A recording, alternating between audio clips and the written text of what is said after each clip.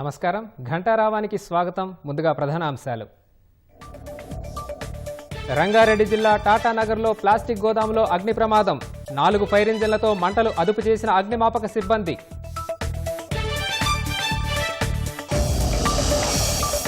పశుసంవర్ధక శాఖ దస్త్రాల చోరీ వ్యవహారంలో దర్యాప్తు ముమ్మరం. పథకం ప్రకారమే జరిగిందని పోలీసుల అనుమానం.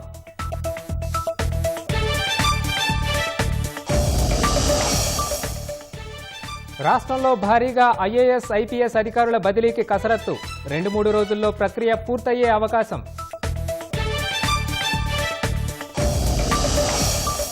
రాష్ట్రంలో తగ్గిన స్టాంపులు, రిజిస్ట్రేషన్ల శాఖ రాబడి.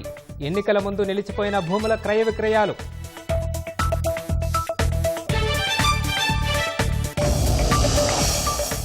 $370 అధికరణ రద్దుపై నేడు సుప్రీంకోర్టు తీర్పు.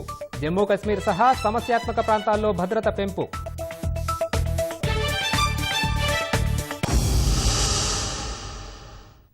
హైదరాబాద్ నగర శివారు రాజేంద్రనగర్ మైలార్దేవ్పల్లిలో భారీ అగ్ని ప్రమాదం చోటు చేసుకుంది. స్థానిక టాటానగర్లోని ఓ ప్లాస్టిక్ గోదాములో రాత్రి ఉన్నట్లుండి ఒక్కసారిగా మంటలు చెలరేగాయి. దట్టమైన పొగ రావడంతో స్థానికులకు ఊపిరాడని పరిస్థితి నెలకొంది. విషయం తెలుసుకున్న అగ్నిమాపక సిబ్బంది ఘటనా స్థలానికి చేరుకుని 4 ఫైర్ ఇంజన్లతో మంటలను అదుపు చేశారు. ప్రమాద సమయంలో గోదాములో ఎవరూ లేకపోవడంతో ప్రాణాపాయం తప్పిందన్న సిబ్బంది భారీగా ఆస్తి నష్టం జరిగిందని చెబుతున్నారు.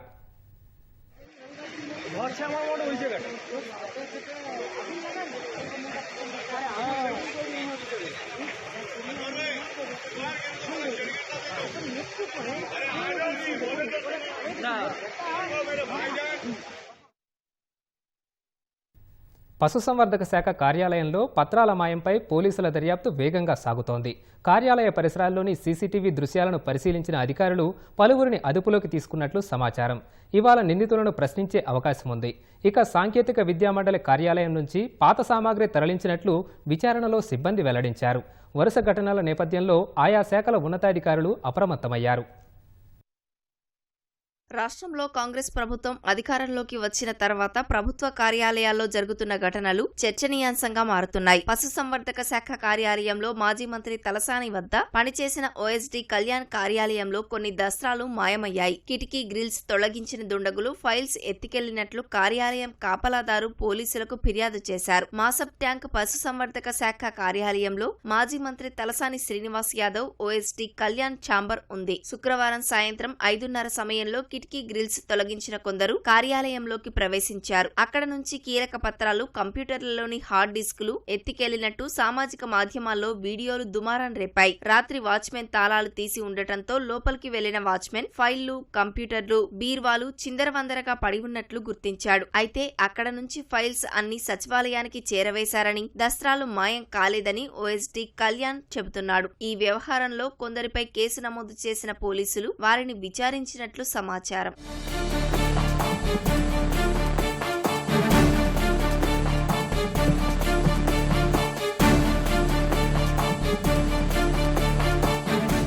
కొత్త ప్రభుత్వ ఏర్పాటుతో మాజీ మంత్రులు, ప్రజాప్రతినిధులు ఓఎస్డీల కార్యాలయాల్లోకి అగంతకులు ప్రవేశించి అక్కడ నుంచి కీలక పత్రాలు మాయం చేస్తున్నారు. ఇటీవలే హిమాయత్ నగర్ లోని పర్యాటక అభివృద్ధి కార్యాలయంలో అగ్ని ప్రమాదం, రవీంద్ర భారతి నుంచి ఫర్నిచర్ అక్రమ తరలింపు సహా పశుసంవర్ధక శాఖలో కీలక పత్రాలు మాయం కావడం, సాంకేతిక విద్యా మండలి కార్యాలయంలోకి ప్రవేశించిన ఇద్దరు కొన్ని పత్రాలతో పారిపోతున్న ఫోటోలు సామాజిక మాధ్యమాల్లో వైరల్ గా మారాయి. మాజీ మంత్రి సబితా ఇంద్రారెడ్డి ఛాంబర్ అదే ఆవరణలో ఉండటం, మీడియా రావటంతో అగంతకులు హడావిడిగా వెళ్లిపోవటంతో పలు అనుమానాలు వ్యక్తమవుతున్నాయి. అవన్నీ ఉద్దేశపూర్వకంగా చేస్తున్నట్టు పోలీసులు అనుమానిస్తున్నారు. సీసీ కెమెరాల ఫుటేజ్, సామాజిక మాధ్యమాల్లో లభించిన వివరాల ఆధారంగా అనుమానితులను గుర్తించే పనిలో పడ్డారు. ఉన్నతాధికారుల అనుమతి లేకుండా రాత్రివేళ కార్యాలయంలోకి ప్రవేశించే వారిపై చర్యలు తప్పవని పోలీసులు స్పష్టం చేస్తున్నారు. ఎడ్యుకేషన్ మినిస్టర్ గారి ఆఫీస్లోంచి ఒక ఆటో ఏదో సామాన్ తీసుకోబోరు అనే ఉద్దేశంతో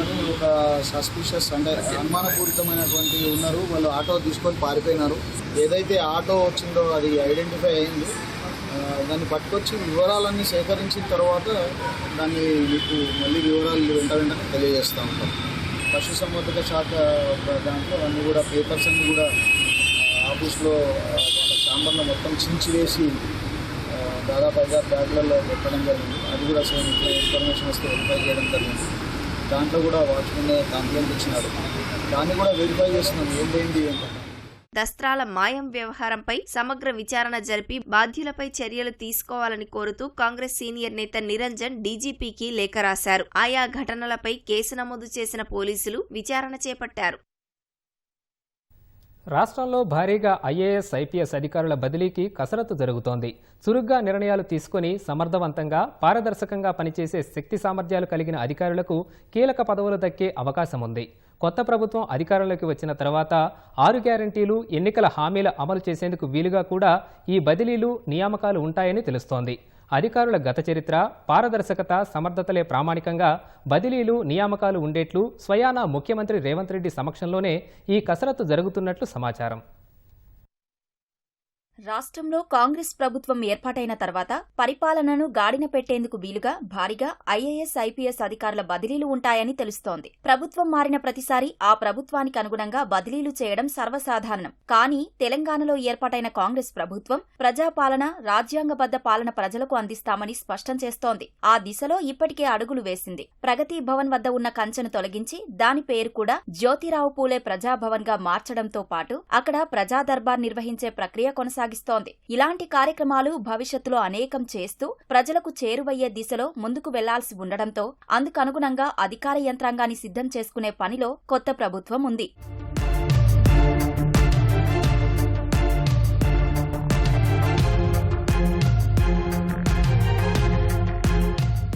గత ప్రభుత్వ పాలన కన్నా మెరుగైన రీతిలో ఉండేట్లు ప్రజాపాలన కొనసాగాలన్న ఆలోచనతో ముఖ్యమంత్రి రేవంత్ రెడ్డి ముందుకు వెళ్తున్నారు. అదేవిధంగా ఎన్నికల సమయంలో ఇచ్చిన 6 గ్యారంటీలతో పాటు హామీలను అమలు చేయాల్సి ఉన్నందున అందుకు తగ్గట్లు చురుగ్గా వ్యవహరిస్తూ నిర్ణయాలు తీసుకునే అధికార యంత్రాంగాన్ని సిద్ధం చేసుకునే పనిలో ఉన్నట్లు తెలుస్తోంది. ఇప్పటికే ఇంటెలిజెన్స్ చీఫ్ గా శివధర్ రెడ్డిని నియమించిన ప్రభుత్వం మిగిలిన ఐఏఎస్, ఐపీఎస్ అధికారుల బదిలీలపై కసరత్తు చేస్తున్నట్లు తెలుస్తోంది. అయితే ఇప్పటికే కొందరు అధికారులు ముఖ్యమంత్రిని మర్యాదపూర్వకంగా కలుస్తున్నారు. మరికొందరు తమకు అనుకూలమైన, సీఎంకు దగ్గరగా ఉండే నాయకులను కలిసి కీలక స్థానాల్లో పోస్టింగులు దక్కించుకునేందుకు ప్రయత్నిస్తున్నట్లు తెలుస్తోంది. గత ప్రభుత్వంలో లూప్ లైన్ పోస్టుల్లో ఉన్న కొందరు అధికారులు కాంగ్రెస్ కు మెజారిటీ స్థానాలు రాగానే సీఎంగా రేవంత్ రెడ్డినే అవుతారని భావించి సీనియర్ నాయకులను ముందస్తుగా కలిసినట్లు తెలుస్తోంది. ఇప్పటికీ చాలా మంది ఐఏఎస్, ఐపీఎస్ అధికారులు తమకు అనుకూలమైన పోస్టింగులు తెచ్చుకోవడానికి ప్రయత్నిస్తున్నట్లు తెలుస్తోంది.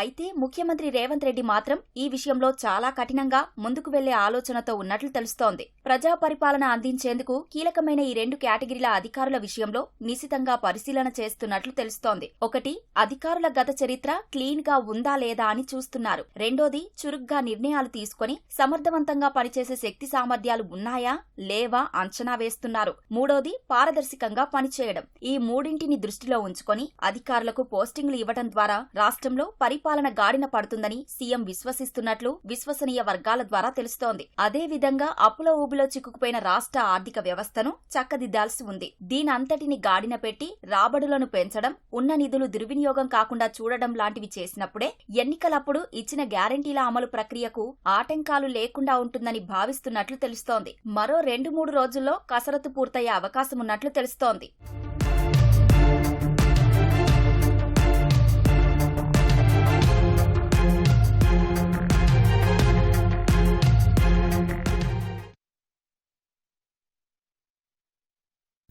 సచివాలయంలో మంత్రి జూపల్లి కృష్ణారావు బాధ్యతలు స్వీకరించారు. పర్యాటక, ఎక్సైజ్ శాఖ మంత్రిగా బాధ్యతలు చేపట్టిన జూపల్లికి ఉద్యోగులు, సన్నిహితులు శుభాకాంక్షలు తెలిపారు. సచివాలయంలో కేటాయించిన కార్యాలయంలో వేద పండితుల ఆశీర్వచనం మధ్య బాధ్యతలు చేపట్టిన జూపల్లి భారాస పాలనకు భిన్నంగా కాంగ్రెస్ ప్రభుత్వం ఉంటుందని వ్యాఖ్యానించారు.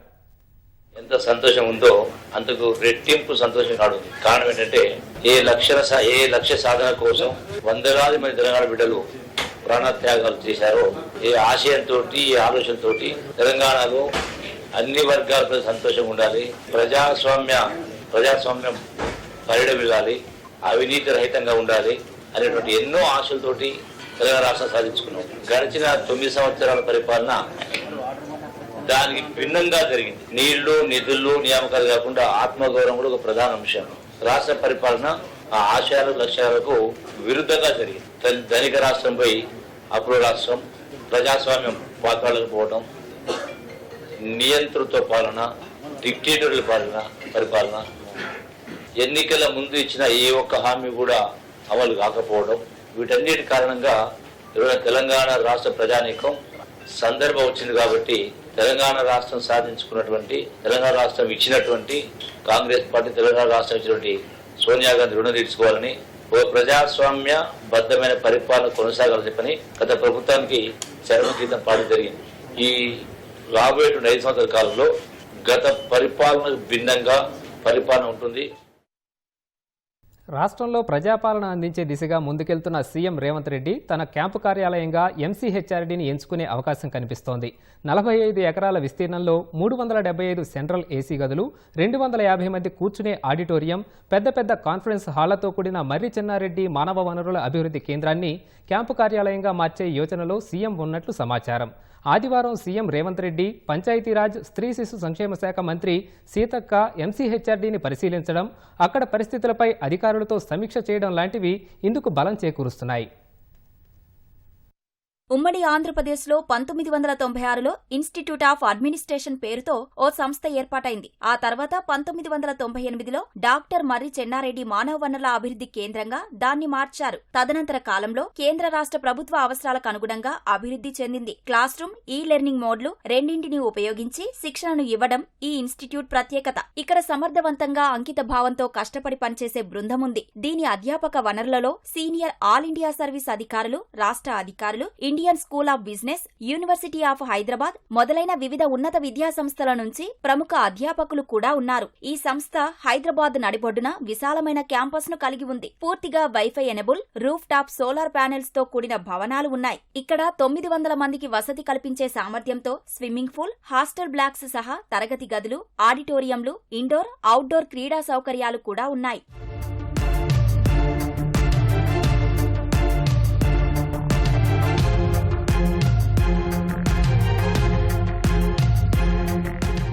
ఏకంగా 375 సెంట్రల్ ఏసీ గదులు, మరో 15 గదులతో అతిథి గృహం, 150 మంది కూర్చునే 4 కాన్ఫరెన్స్ హాళ్లు, పరిపాలక మండలి సమావేశం కావడానికి వీలుగా బోర్డ్ రూమ్, 250 మంది కూర్చునే ఆడిటోరియం, అతిథులకు ఆతిథ్యం ఇవ్వడానికి మంజీరా, కృష్ణ, గోదావరి, తుంగభద్ర పేర్లతో విడివిడి బ్లాకులు ఉన్నాయి.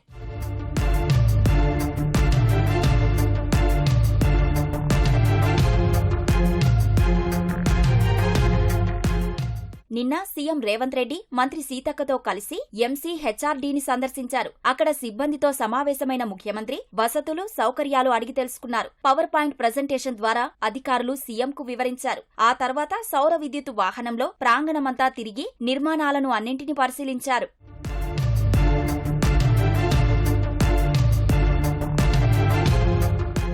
సీఎం స్వయంగా అక్కడికి వెళ్లి భవనాలను పరిశీలించడం, అధికారులతో సమీక్ష చేయడం, పవర్ పాయింట్ ప్రజెంటేషన్ ద్వారా వివరాలు తెలుసుకోవడం లాంటివి అక్కడ క్యాంపు కార్యాలయం ఏర్పాటు చేస్తారని భావించేందుకు బలం చేకూరుతోంది. రాష్ట్ర స్టాంపులు, రిజిస్ట్రేషన్ల శాఖకు రాబడి తగ్గింది. కొన్ని నెలలుగా భూముల క్రయ విక్రయాలు నిలిచిపోయాయి. దీంతో రాష్ట్ర ఖజానాకు ఆదాయం కాస్త మందగించింది. శాసనసభ ఎన్నికల కారణంగానే భూముల కొనుగోలు నిలిచిపోయాయని నిపుణులు పేర్కొంటున్నారు. గత సెప్టెంబరు, అక్టోబరు, నవంబర్ నెలల్లో రాష్ట్ర స్టాంపులు, రిజిస్ట్రేషన్ల శాఖకు అనుకున్నంత మేర రాబడి రాలేదు. ప్రస్తుత ఆర్థిక సంవత్సరానికి సంబంధించి గత ఏప్రిల్ నుంచి నవంబర్ వరకు సుమారు 8,450 కోట్ల రాబడి నమోదైంది. గత ఆర్థిక సంవత్సరం ఇది 8,356 కోట్లుగా ఉంది.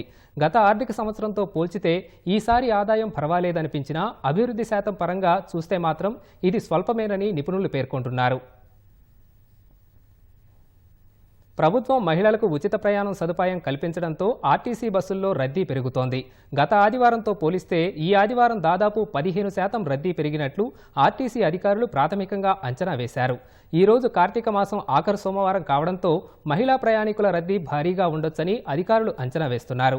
ఈ నేపథ్యంలో డ్రైవర్లు, కండక్టర్లకు సెలవులను రద్దు చేశారు. శైవక్షేత్రాలకు పెద్ద సంఖ్యలో బస్సులు నడిపించాలని ఆర్టీసీ నిర్ణయించింది. సాధారణ రోజుల్లో 31 నుంచి 32 లక్షల కిలోమీటర్ల మేర బస్సులు నడుస్తాయి. ఈ రోజు ఆ సంఖ్య 34 లక్షల కిలోమీటర్లకు పెరుగుతుందని అంచనా. దీంతో మరో 10% పైగా బస్సులు నడిపించేందుకు ఆర్టీసీ ప్రణాళికలు సిద్ధం చేసింది. జనసేన అధినేత పవన్ కళ్యాణ్పై అనుచిత వ్యాఖ్యలు చేసినట్లు సోషల్ మీడియాలో జరుగుతున్న దుష్ప్రచారాన్ని కేంద్ర మంత్రి కిషన్ రెడ్డి తీవ్రంగా ఖండించారు. ఇలాంటి అసత్యాలను ఉద్దేశపూర్వకంగా ప్రచారం చేస్తున్న వారిపై కఠిన చర్యలుంటాయని హెచ్చరించారు. ఎన్నికల ప్రచారం సందర్భంగా పవన్ కళ్యాణ్పై కొందరు తప్పుడు ప్రచారం చేస్తున్నారని పేర్కొన్నారు. జనసేన ఎన్డీఏ భాగస్వామ్య పక్షంగా ఉన్నందునే కలిసి బరిలో దిగామన్నారు. సంగారెడ్డి జిల్లా జహీరాబాద్లో అమానవీయ ఘటన చోటు చేసుకుంది. పట్టణంలోని అహ్మద్నగర్ కాలనీ పరిసరాల్లో రక్తపు మరకలు ఆరని పసికందును గుర్తు తెలియని వ్యక్తులు ముళ్ల పొదల్లో పారవేయడంతో కుక్కలు, పందులు పీకు తిన్నాయి. నడుం కింది భాగం పూర్తిగా తినడంతో శిశువు ఆడ, మగ అని తెలుసుకోవడం కష్టంగా మారింది. పందులు శిశువును నోటకరుచుకుని వెళ్తుండగా గుర్తించిన స్థానికులు పోలీసులకు సమాచారం అందించారు. ఘటనా స్థలానికి చేరుకున్న పోలీసులు శిశువు మృతదేహాన్ని స్వాధీనం చేసుకుని కేసు నమోదు చేశారు. పేదలకు పట్టెడన్నం పెట్టాలనే ఆలోచనతో రెడీ టు సర్వ్ ఫౌండేషన్ నిరంతరాయంగా అన్నదానం చేస్తూ ఆపన్న హస్తం అందిస్తోంది. ఇందులో భాగంగా ఫౌండేషన్ ఆధ్వర్యంలో ఉస్మానియా ఆసుపత్రి వద్ద అన్నదాన కార్యక్రమం నిర్వహించింది. ఈ కార్యక్రమంలో సినీ నిర్మాత గణపతి రెడ్డి, జబర్దస్త్ ఫేమ్ నాగి, సినీ నటి వినిషా నాయుడు పాల్గొన్నారు. ఆకలితో ఉన్న పేదవారిని ఆదుకోవాలనే లక్ష్యంతో సంస్థను నెలకొల్పిన రెడీ టు సర్వ్ ఫౌండేషన్ అధ్యక్షుడు శంకర్ను నిర్మాత గణపతి రెడ్డి అభినందించారు. అన్ని దానాల కన్నా అన్నదానం చాలా మంచిది. చాలామంది పేదలకు ఇట్లా అన్నదానం చేయడం నిజంగా ఐఎమ్ రియల్లీ ప్రౌడ్ ఆఫ్. దీనికి మమ్మల్ని గెస్ట్గా ఇన్వైట్ చేసినందుకు రెడీ టు సర్వీస్ వాళ్ళకు నా కృతజ్ఞత తెలుపుకుంటున్నాను. ఇటువంటి ప్రోగ్రామ్స్ ఇంకా మీరు ఎన్నో చేయాలని, మీరు ఎప్పుడు చేసినా ఎప్పుడు పిలిచినా మా అర్నస్ ఎంటర్టైన్మెంట్ నుంచి మేము తప్పకుండా మా యొక్క సహాయ సహకారాలని అందిస్తాము. మనకున్న దాంట్లో మనం బర్త్డేస్ కానీ దేనికైనా సరే ఖర్చు పెట్టుకుంటున్న దాంట్లో అదంతా వృధాగా చేసే బదులు మనం అట్లీస్ట్ ఒక్కరోజైనా సరే వీళ్ళందరికీ డొనేట్ చేయడం, ఏదైనా అమౌంట్ ఈ ఫౌండేషన్కి మనం డొనేట్ చేస్తే మనం చేయలేం కాబట్టి అందరికీ గ్యాదర్ చేసి వాళ్ళకి తెలుసు కాబట్టి ఎవరైతే ఆకలితో ఉన్నారో, ఎందుకంటే ప్రతి వారం వాళ్ళు ఈ సర్వీస్ చేస్తున్నారు కాబట్టి మీరు అందరూ తప్పకుండా రెడీ టు ఫౌండేషన్కి సపోర్ట్ చేయండి. జమ్మూ కశ్మీర్కు ప్రత్యేక అధికారాలు కల్పించే అధికరణ 370ని రద్దు చేయడాన్ని సవాల్ చేస్తూ దాఖలైన పిటిషన్లపై సుప్రీంకోర్టు ఇవాళ తీర్పు వెలువరించనుంది. సుప్రీంకోర్టు ప్రధాన న్యాయమూర్తి జస్టిస్ డివై చంద్రచూడ్ నేతృత్వంలోని 5 న్యాయమూర్తుల రాజ్యాంగ ధర్మాసనం తీర్పు ఇవ్వనుంది. 370 అధికరణ రద్దు చేస్తూ కేంద్రం తీసుకున్న నిర్ణయం రాజ్యాంగబద్ధమా కాదా అని తేల్చనుంది. జమ్మూ కశ్మీర్కు ప్రత్యేక అధికారాలు కల్పించే 370 అధికరణను 2019 ఆగస్టు 5న కేంద్రం రద్దు చేసింది. ఈ నిర్ణయాన్ని సవాల్ చేస్తూ సుప్రీంకోర్టులో పలు పిటిషన్లు దాఖలయ్యాయి. సెప్టెంబర్ 5న ఈ పిటిషన్లపై 16 రోజుల పాటు విచారణ జరిపిన అత్యున్నత న్యాయస్థానం తీర్పును ఇవాళ్టికి వాయిదా వేసింది. కేంద్రం తరపున attorney general R Venkataramani, solicitor general Tushar Mehta, senior న్యాయవాదులు పిటిషనర్ల తరపు కపిల్ సిబల్, గోపాల్ సుబ్రహ్మణ్యం, రాజీవ్ ధావన్, జఫర్ షా, దుష్యంత్ దవే వాదనలు వినిపించారు. జేడీఎస్ అధ్యక్షుడు కర్ణాటక మాజీ సీఎం కుమారస్వామి మరోసారి సంచలన వ్యాఖ్యలు చేశారు. కర్ణాటకలో సిద్ధరామయ్య ప్రభుత్వం కూలిపోవచ్చన్నారు. కాంగ్రెస్కు చెందిన ఓ కీలక మంత్రి భాజపాలో చేరే అవకాశం ఉందన్న కుమారస్వామి కేంద్రం పెట్టిన కేసుల నుంచి బయటపడేందుకు ఆయన తీవ్రంగా యత్నిస్తున్నారని చెప్పారు. 50 నుంచి 60 మంది ఎమ్మెల్యేలతో కలిసి భాజపాలో చేరే అవకాశం ఉందని, ప్రస్తుతం కమలం పార్టీతో చర్చలు జరుపుతున్నారంటూ వ్యాఖ్యానించారు. కాంగ్రెస్ ప్రభుత్వం సవ్యంగా ఏమీ లేదని, ఎప్పుడు పడిపోతుందో తెలియదన్నారు. అయితే ఆ మంత్రి ఎవరో చెప్పాలంటూ విలేకరులు ప్రశ్నించగా చిన్న చిన్న నేతలు ఇలాంటి సాహసం చేయరని, ప్రభావవంతులైన వ్యక్తులు మాత్రమే చేయగలరంటూ సమాధానం దాటవేశారు. మహారాష్ట్ర మాదిరిగానే కర్ణాటకలోనూ ఏ క్షణమైనా రాజకీయ పరిణామాలు మారే అవకాశం ఉందని కుమారస్వామి జోస్యం చెప్పారు. మధ్యప్రదేశ్లో కొత్తగా ఎన్నికైన భారతీయ జనతా పార్టీ ఎమ్మెల్యేలు శాసనసభాపక్ష నేతను ఎన్నుకునేందుకు ఇవాళ భోపాల్లో సమావేశం కానున్నారు. ఈ సాయంత్రం 4 గంటలకు భాజపా నూతన ఎమ్మెల్యేల సమావేశం కానుండగా రాత్రి 7 గంటలకు కాబోయే ముఖ్యమంత్రి పేరు ప్రకటించే అవకాశం ఉన్నట్లు కమలం పార్టీ వర్గాలు తెలిపాయి. హర్యానా సీఎం మనోహర్ లాల్ ఖట్టర్, ఓబీసీ మోర్చా అధ్యక్షుడు లక్ష్మణ్, భాజపా కార్యదర్శి ఆశా లక్రాను పరిశీలకులుగా భాజపా నాయకత్వం నియమించింది. మధ్యప్రదేశ్లో సీఎం అభ్యర్థిని ఎంపిక చేసేందుకు పార్టీ పరిశీలకులను పంపడం 2004 నుంచి ఇది 3వసారి అని పార్టీ వర్గాలు తెలిపాయి. 230 స్థానాలు ఉన్న మధ్యప్రదేశ్ శాసనసభకు గత నెల 17న జరిగిన ఎన్నికల్లో భారతీయ జనతా పార్టీ 163 సీట్లు సాధించి అధికారం నిలబెట్టుకుంది. ఇటీవల జరిగిన ఎన్నికల్లో సీఎం అభ్యర్థిని ప్రకటించకుండా కేవలం ప్రధాని మోదీ ప్రచారంపైనే ఆధారపడి భారీ విజయాన్ని అందుకుంది.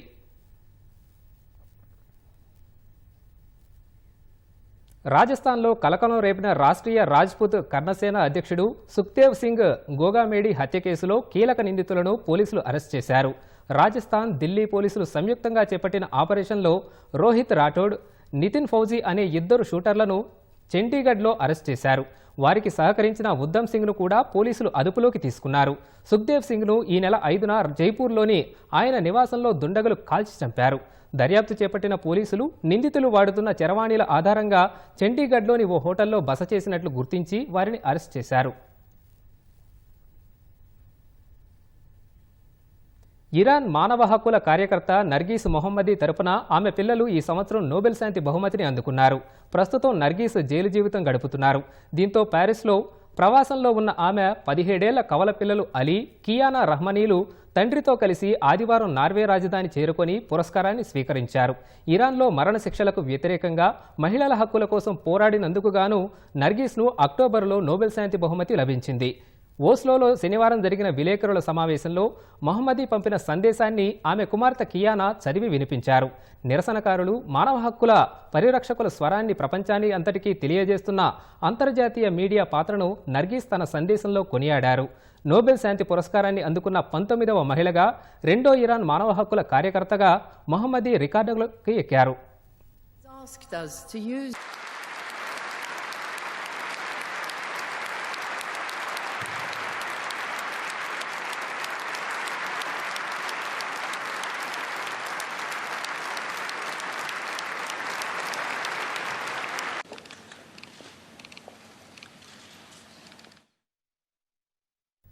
అమెరికాలోని టెన్నెసీ రాష్ట్రంలో సుడిగాలులు విధ్వంసం సృష్టించాయి. 6 మృతి చెందగా మరో 23 మంది గాయపడ్డారు. సుడిగాలుల ధాటికి టెన్నెసీ నగరంలో అనేక నివాసాలు ధ్వంసం కావడంతో పాటు శనివారం రాత్రంతా విద్యుత్ సరఫరా నిలిచిపోయిందని అధికారులు తెలిపారు. టెన్నెసీని మరిన్ని సుడిగాలులు తాకే ప్రమాదం ఉందని జాతీయ వాతావరణ విభాగం హెచ్చరిక జారీ చేసింది.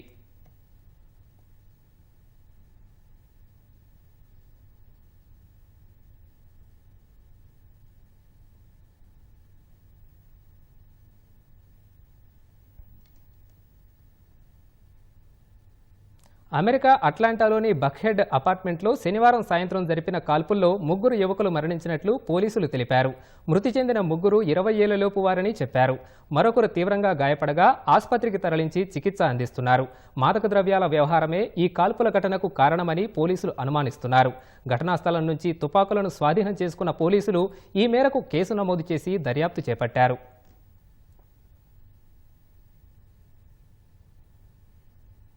రాబోయే ఫెస్టివల్ సీజన్ను పురస్కరించుకొని ఇండియన్ డిజైనర్స్ హాట్ పేరుతో 2 రోజుల పాటు premium fashion life style exhibition నిర్వహిస్తున్నారు. ఈ నెల 27 నుంచి 28వ తేదీ వరకు తాజ్ కృష్ణ హోటల్లో నిర్వహించే ఈ ప్రదర్శనకు సంబంధించిన లోగోను హైదరాబాద్ బంజారా హిల్స్లోని మార్క్ మీడియా సెంటర్ ఆవిష్కరించారు. ఈ కార్యక్రమంలో నగరానికి చెందిన పలువురు మోడల్స్ పాల్గొని డిజైనర్లు రూపొందించిన వస్త్రాభరణాలను ధరించి ఔరా అనిపించారు. 2 రోజుల పాటు కొనసాగే ఈ ప్రదర్శనలో దేశవ్యాప్తంగా ఉన్న దాదాపు 300 మందికి పైగా డిజైనర్లు తమ ఉత్పత్తులు నగరవాసులకు పరిచయం చేయనున్నట్లు నిర్వాహకులు తెలిపారు.